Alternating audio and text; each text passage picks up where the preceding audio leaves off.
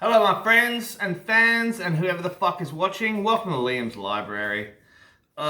You know when I start off a review and I'm swearing my fucking face off, you know it's not like me talking about a book I like or a film that I really enjoy. It's a rant. So welcome to my fucking rant. Man, I've been putting this off for a while. But in honor of M.Night Shyamalan's new movie coming out, it's called Old. So M.Night Shyamalan's new movie is called Old. Awesome. Who gives a fuck? It's based on a science fiction short story. I'm not going to tell you who it's from until I fucking read it myself, and then we'll review it and we'll compare it. But I'm also not here to talk about this new M. Night Shyamalan movie because I haven't seen it yet. It's not fucking out yet. But the trailers showed me that they've given the twist away right at the start. Now, M. Night Shyamalan, Sixth Sense, Signs, The Village, all this fucking... We'll get to that. Every single movie kind of builds up to a twist. You can go on the internet and you can find, or YouTube, and you can find people rating the twist, like to the best twist, to the less best twist. I just decided I'd put M. Night Shyamalan in my own three categories, okay? And the three categories are this. The first one are average M. Night Shyamalan movies that I like. The second category is terrible M. Night Shyamalan movies that I really enjoy watching. The third one's category is terrible fucking M. Night Shyamalan movies that I fucking hate. And there's a couple of extra ones in that category because, M. Night Shyamalan. Like, welcome to Liam's Library, finally talking about Shyamalan. And I have notes. Not many, man. Okay, so we're going to go back 20 years and we're going to go, and I'm not going to review these movies one by one. I'm just going to categorize them, not to what you think, but to how I fucking feel about them. So the first one is his first film, Unbreakable, okay? Bruce Willis, Samuel L. Jackson, it's like a comic book movie, but there's a twist. Now, I can watch this any fucking time. I've seen it loads of times. It takes me back to when I was like, 15, 16. I really enjoyed it. And the twist, it wasn't so much about the twist for me. It was about like how the characters kind of interacted. And I have a great time with Unbreakable. It's a story about how Bruce Willis is a superhero and doesn't know he is. But we put it in the modern day world without capes and without flashy fucking helmets and without Marvel and without DC, and let's see what M. Night Shyamalan thinks of superheroes. Samuel L. Jackson's the bad guy, Bruce Willis is the good guy, and the twist is Samuel L. Jackson's the bad guy. And I'm not putting spoilers before this. I might put them later. I might put them right at the end. Maybe not. Too fucking bad. You've tuned in, so fucking, you get what you get. But Unbreakable is a really good movie. I like the slow burn. I like watching Bruce Willis act with his son and finding out that he is unbreakable, but superheroes have their kryptonite, which was way more interesting to me than finding out that Samuel L. Jackson is like inherently a bad guy. Let's move on. So this is category one. These are average M. Night Shyamalan movies that I like. Now we're going to go Sixth Sense.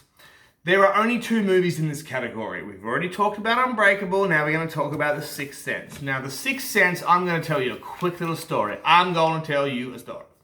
Now, my brother wrecked this for me. Now, he denies it to this day, but he told me Bruce Willis was dead. Spoilers, too bad, it's 20 years old, fucking suck it up. He told me Bruce Willis was dead in The Sixth Sense, right at the start. And a quick shout out to my friend Kevin, because I said, no, I reckon I got the twist. It's like, no, I didn't watch it at the cinemas. My brother put it on fucking, might have even been fucking VCR back then. Strong possibility DVD. But my brother Sean, he he can't help himself. Same as myself, I can't help myself. I'm spoiling all this for you. So, like, let's not blame Sean Clegg. But he told me Bruce Willis was dead. And in that year, another ghost story movie came out, and I reviewed this like a year and a half ago, Stir of Echoes with Kevin Bacon. They both came out the same year, you know, about like a little kid who's psychic and able to fucking see dead bodies. See ghosts, my bad. And Stir of Echoes just, ready? Stir of Echoes. And it just keeps going. Sixth Sense? Yeah. It's okay. It's alright, shit. It's alright.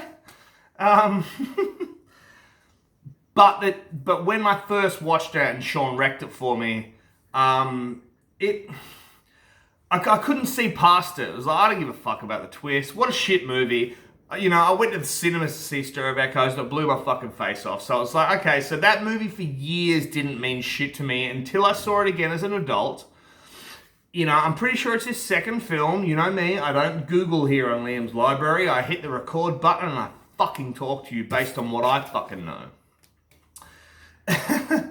But Sixth Sense, I'll put it in the first category with one other movie. Unbreakable, Sixth Sense. Two average, maybe okay movies that I enjoy. Now, second category, and this is my favorite fucking category, man. It is really bad M. Night Shyamalan movies that I just fucking love to watch. I fucking love them, right? And there's only, what have I got in this category yet? There's only 2 movies in this category too. And the world seems to hate them. The world hates these movies, but I've watched them over and over and over, and I know they suck. I know they suck. But I can press play on any day of the week and kick back and watch until the very end. And I'm talking, of course, about The Happening and Lady in the Water. Now, actually, let's do that again. Lady in the Water, The Happening. Great fucking movies. We got Paul Giamatti in Lady in the Water. We got Mark Wahlberg in The Happening. The plot is terrible in both of these movies, especially Lady in the Water.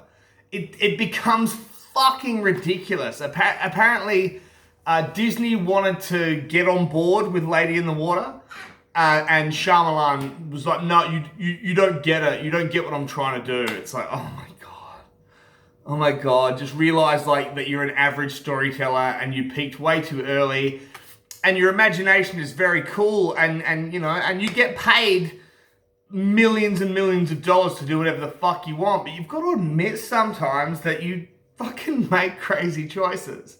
But I can watch Lady in the Water any day. I could fucking, when I finish this video, I could watch Lady in the Water right now.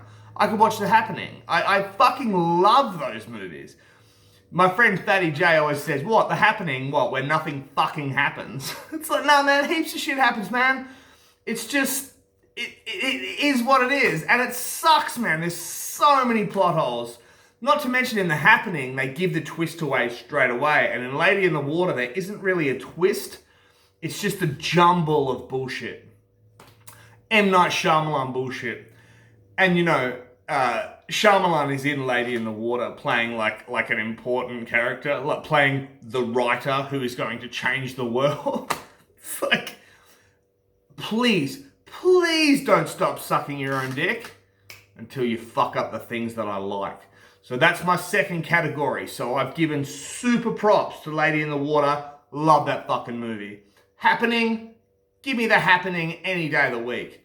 Now we're going to move on to the third category. And the third category is these terrible fucking piece of shit movies that I fucking can't stand. They're bad movies and I refuse to watch them because of how fucking bad they are. And there's a couple in this one. There's way more in this one. Let's start with Signs. Mel Gibson and Joaquin Phoenix in Signs. Oh my fucking god.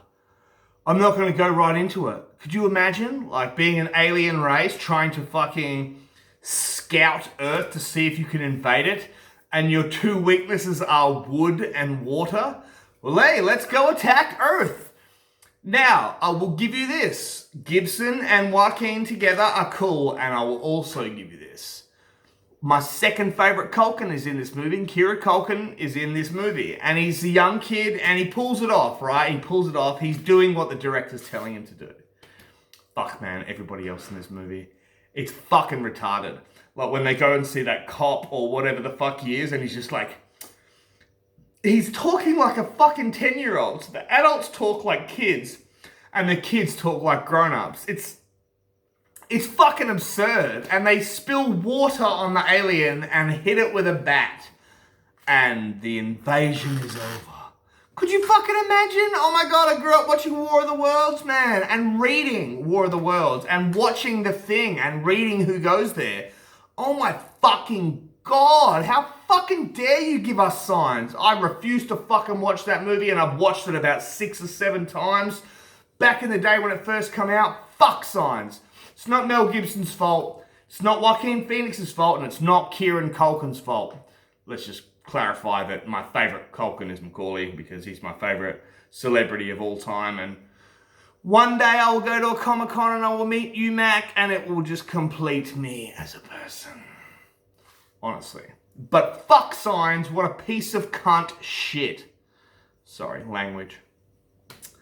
What's next? Oh my god. After Earth. Written by Will Smith, and he picked his director. He picked Shyamalan to direct his son, fresh off a couple of good movies, you know? Like, he was trying to give his son, you know who I'm talking about, Will Smith's fucking son. Sorry, I take not many notes, and I've had a couple of drinks today. But Will Smith wrote the fucking screenplay and gave it to Shyamalan to direct. Have you ever seen After Earth? Oh my fucking god. And I watched it 4 or 5 times because M.Night Shyamalan has this way of making you feel like you're watching a good movie. And then by the time it's over, you're like, that was one of the worst fucking movies I've ever seen. But how the fuck did I sit through it? You know, I can watch Night of the Living Dead, 1968 by George Romero, 1,000,000 fucking times over. And I know how I get to the end. Because the movie is a fucking masterpiece. How the fuck do I get to the end of After Earth every fucking time? It's like, do I just want to see, like, do I just think it's fucking that awful? It is. It is a terrible, terrible, terrible piece of shit of a movie. It's a cunt piece of shit. Alright, now we're going to go to a movie that M. Night Shyamalan produced, worked on the story, but didn't direct. But it is Shyamalan from the fucking balls to the tip, okay? And it's called Devil. Now, I have something to say about this. Because I watched it 3 times, and I think my brother Sean doesn't mind it. Or maybe he watched it a couple of times and now he thinks it's shit. I don't know, it's something like that. It's a bunch of people in an elevator. And every time the lights go out, somebody else dies. So one of the people in the elevator is a murderer. Now, let's think about that. That is fucking downright Hitchcockian. It is, man. That's an Alfred Hitchcock fucking fiesta. The possibilities of this kind of mystery, it's almost like he should have done it in black and white in the early 60s. I mean, you know, and who's to say a whole bunch of people didn't? But the movie is called Devil, with a big upside down cross on the front of the elevator.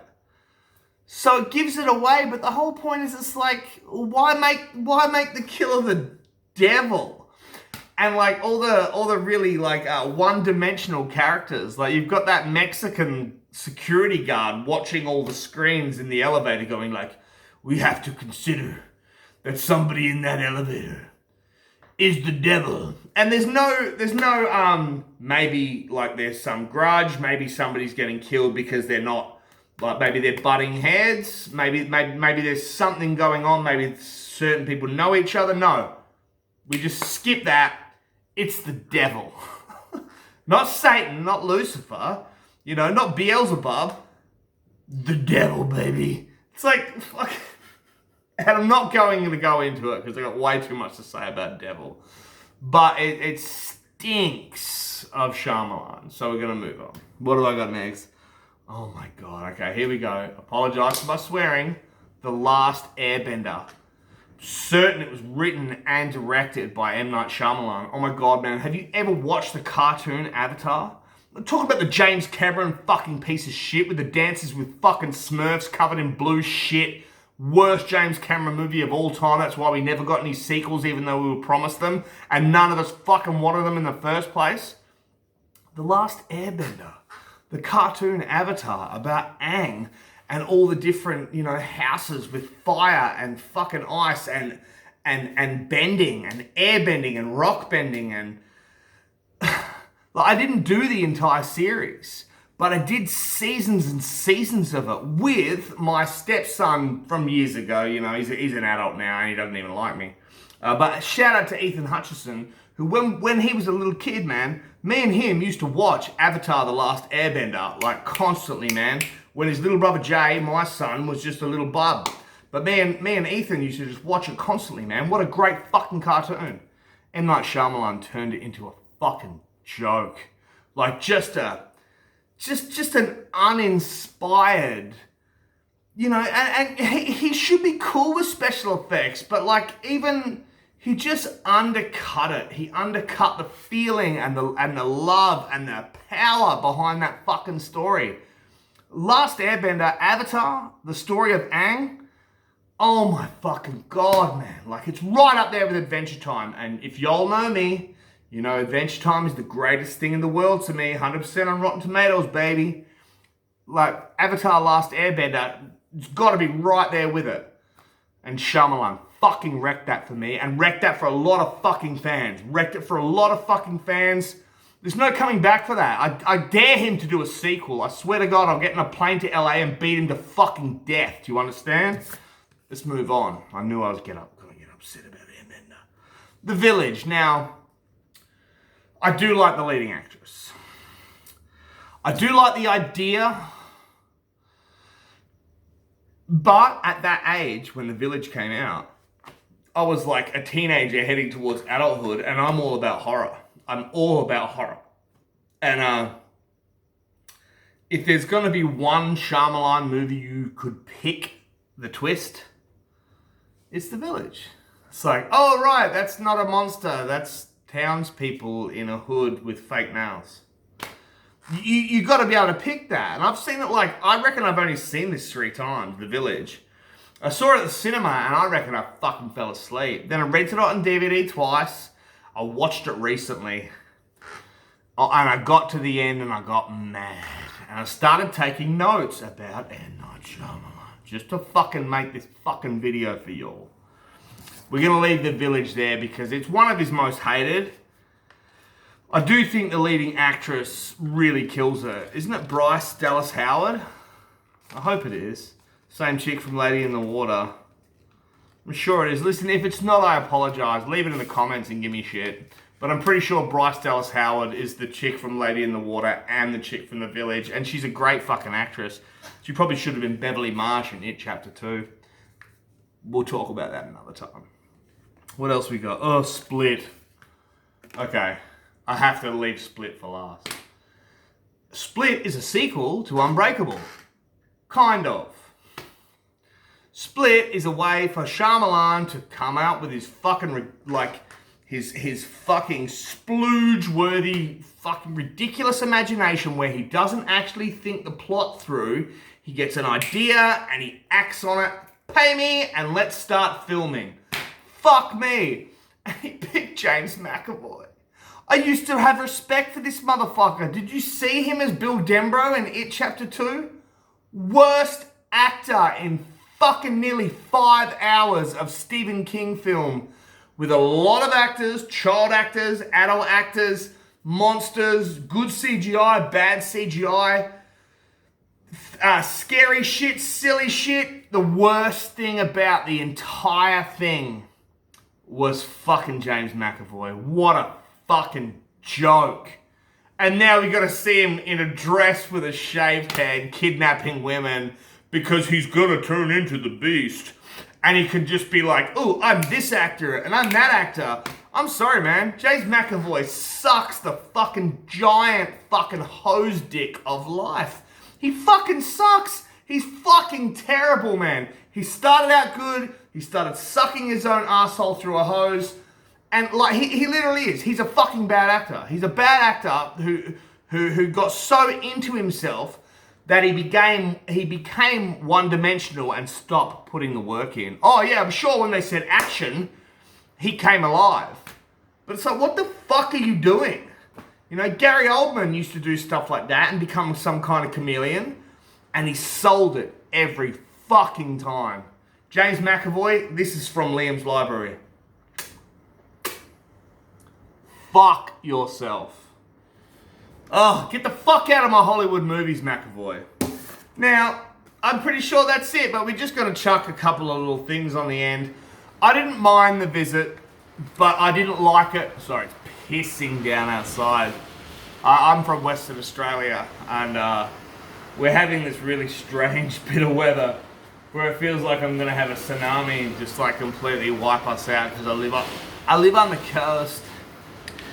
And you can probably hear it through the fucking microphone. Anyway, so these last two, okay, everybody liked The Visit. It was almost like a handheld fucking, documentary style, you know what I mean, Blair Witch style. The Visit, I watched it, it was okay. The chick I watched it with, she dug it. And then it got actually really good reviews. Even like a couple of people that I watch on YouTube that I respect their opinions, didn't mind The Visit. I'm not gonna give it shit. There were a couple of character things that pissed me off. The twists, I didn't really give a fuck about because I'm used to Shyamalan just trying to piss in my face. So it was okay. That's this random fourth little section, which isn't what this video is about. And then Glass, the third part to Unbreakable, Split, and then Glass. Meh. I like seeing Bruce Willis on the screen.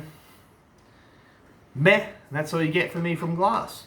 Now, let's all tune in to the new M. Night Shyamalan movie based on a science fiction short story about how time runs really fast on this certain little beach. And your daughter goes around the corner, and when she comes back, she's fucking pregnant and she's fucking about, and she's 20 years older or just something. I don't know. Like I said, I will review the short story after I've seen this fucking movie. And I'll probably do it first and then do the movie later. And that's it. And I'm a little bit intrigued about the new Shyamalan because the trailer gives the whole thing away.